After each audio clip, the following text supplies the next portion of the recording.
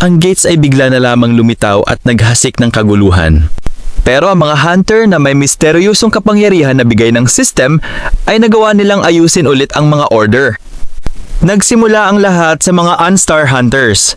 Sa bawat gate na kanilang nalilinis at sa basbas ng mga constellation, unti-unti silang lumalakas.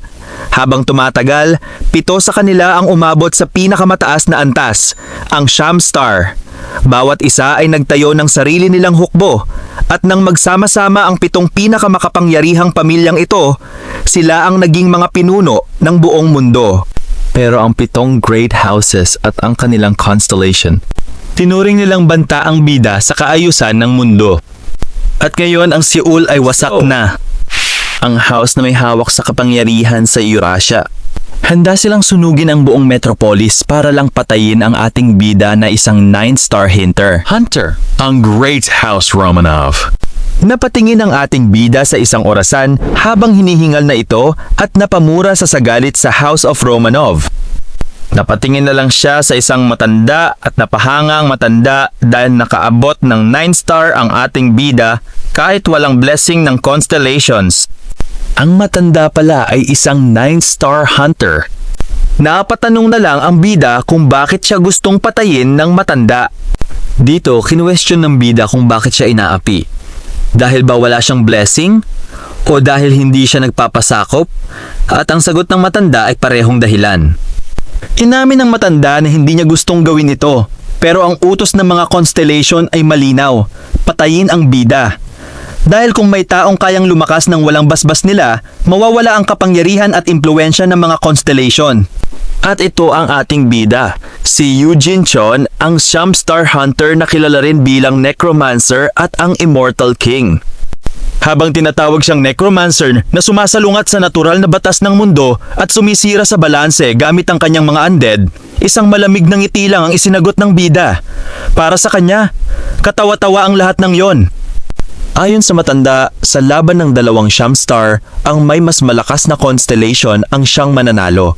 Pero dahil itinakwil ng mga constellation ang bida dahil sa ipinagbabawal nitong kapangyarihan, wala raw itong karapatang magmalaki. Sa kabila nito, nagawa pa rin ng bida na hamunin ang isang taong may basbas ng mga constellation.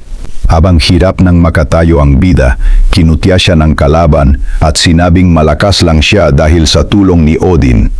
Pero imbes na matinag, ngumiti lang ang bida at sinabing, "Ayaan mong ipakita ko kung bakit." Maya-maya, biglang nagbago ang aura ng bida at malamig niyang sinabi, "Hinintay ko lang matapos ang katawa-tawa mong monolog." Doon pa lang, napagtanto ng kalaban na hindi pa niya nakikita ang tunay na lakas ng bida. Nang ilabas ng bida ang kanyang transcendent technique, Death Field, biglang nabalot ng itim na enerhiya ang buong paligid. Kapalit ng kapangyarihang ito ang mismong kaluluwa niya. At mula roon ay nagsimulang lumitaw ang hukbo ng mga skeleton na handang lumaban para sa kanya. Sinabi ng matanda sa ating bida na hindi sana itong mamatay ng mabilis kung may basbas ng konstelasyon.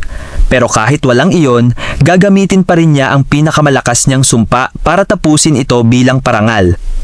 Naglabas ng matinding liwanag ang matanda at sinabing buburahin niya ng tuluyan ang kaluluwa ng ating bida na tinawag niyang Immortal King. Nagulat ang bida nang makilala niya ang kapangyarihan. Ito ay ang mata ni Odin, isa sa pinakamalalakas na basbas.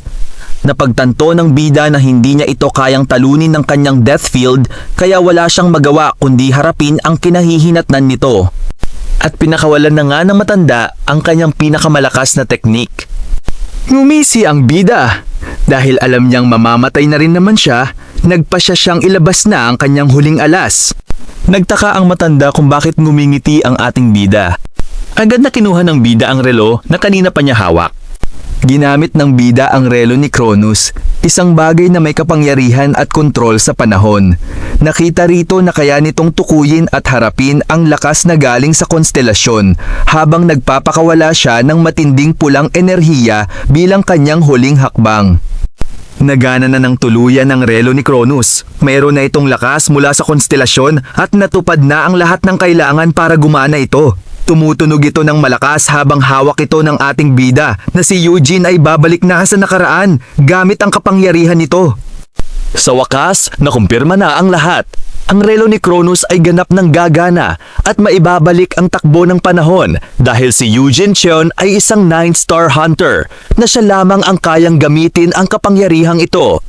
Ngumiti ang bida kahit sugatan na. Dahil wala siyang sariling konstelasyon, desidido siyang kunin ang kapangyarihan ni Dmitri para magamit ito. Napatakip ang matanda dahil sa liwanag ng nilalabas ng relo at napatanong ang matanda kung ano ang ginagawa ng bida. Nagpasalamat ang bida sa kapangyarihan ni Odin dahil doon unti-unti nang gumagana ang relo. At sa huling sandali, minura at binantaan ng bida ang matanda at ang 7 houses na magkikita pa sila at papatayin sila ng bida. May matinding kislap at pagsabog ng lakas habang ginagamit niya ang kapangyarihan. Nagbago na ang eksena.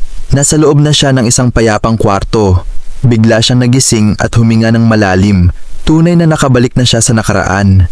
Mabilis at malakas ang tibok ng puso niya habang hawak ito. Hindi siya makapaniwala na buhay siya at nakabalik talaga sa nakaraan. Napatingin sa paligid ang bida at nakumpirma nga niya na ito ang dati niyang apartment. Di makapaniwala pa rin ang bida dahil gumana nga ito. Galit na ang bida sa matanda at matinding nangako ang ginawa niyang paghihiganti. Ngunit nalaman niyang tuluyan ng nasira ang relo ni Cronus. Hindi na ito muling gagana at wala na siyang pagkakataong bumalik pa sa nakaraan. Namangha siyang nagamit niya ang relo kahit walang kasunduan sa konstelasyon. Nagbunga ang kanyang huling sugal at nakabalik siya ng 23 taon at ngalon lang napansin ng bida na may system na lumitaw. Pinili siya nito bilang Eugene Cheon at inutusan na pumili ng angkop na klase. Ipinakita ang kanyang simula bilang level 1 kasama ang kanyang natatanging kakayahan na hindi tinatablan ng anumang atake sa isipan. May 3 pagpipilian siya. Mandirigma, mahika o banal. Narealize nito na mga pangunahing klase lang ito dahil nagsisimula na naman siya dahil dati ay pinili lang niya agad ang mahika ng walang pag-iisip. Ngayon ay may pagkakataon na siyang pumili ng tama. Hindi nagmadali sa pagpili ang bida. Sa pagkakataong ito, gagamitin niya ang lahat ng karanasan niya bilang dating 9-star hunter para maging mas malakas at makaligtas. At ngayon ay papunta na siya sa Yongsan Hunter Market.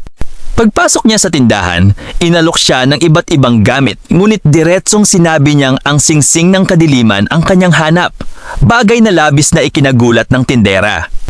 Nagpaalala ang tindera na hindi sila mananagot sa anumang kapahamakan at tinanong kung sigurado ba siya. Ngunit buo at seryoso ang loob ni Eugene na bilhin ito, habang nananatiling naguguluhan at nag-aalala ang tindera.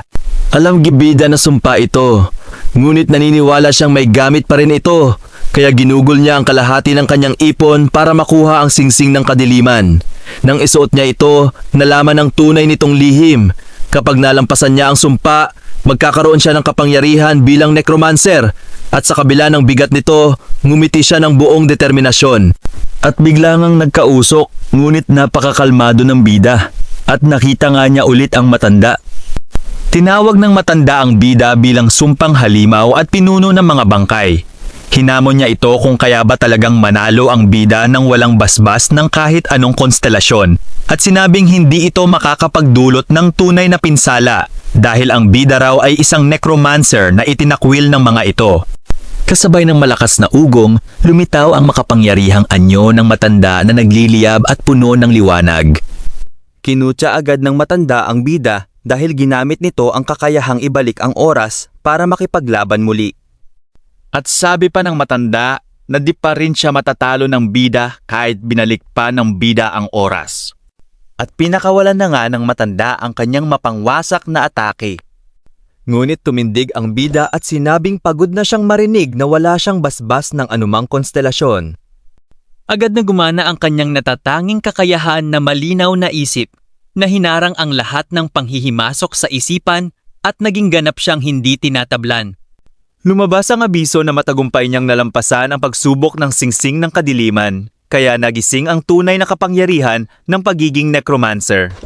Nalaman niyang ang susi upang mapaglabanan ang sumpa ay ang hindi paglaban dito, at ang kanyang natatanging isip din ang dahilan kung bakit siya naging unang necromancer pa noong kanyang nakaraang buhay.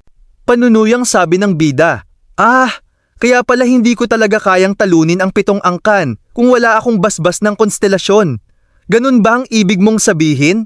Tila ginagaya lang niya ang paulit-ulit na sinasabi ng matanda upang ipakita na hindi siya naniniwala rito. Napakuyam sa kamao ang bida at sa gitna ng nag-aalab na liwanag at lakas, nagpa siya ang bida. Kung kailangan talaga ng basbas ng konstelasyon, sa pagkakataong ito, siya mismo ang gagawa ng sarili niyang konstelasyon at gagawin niya itong tagapagtaguyod ng kanyang pagiging necromancer.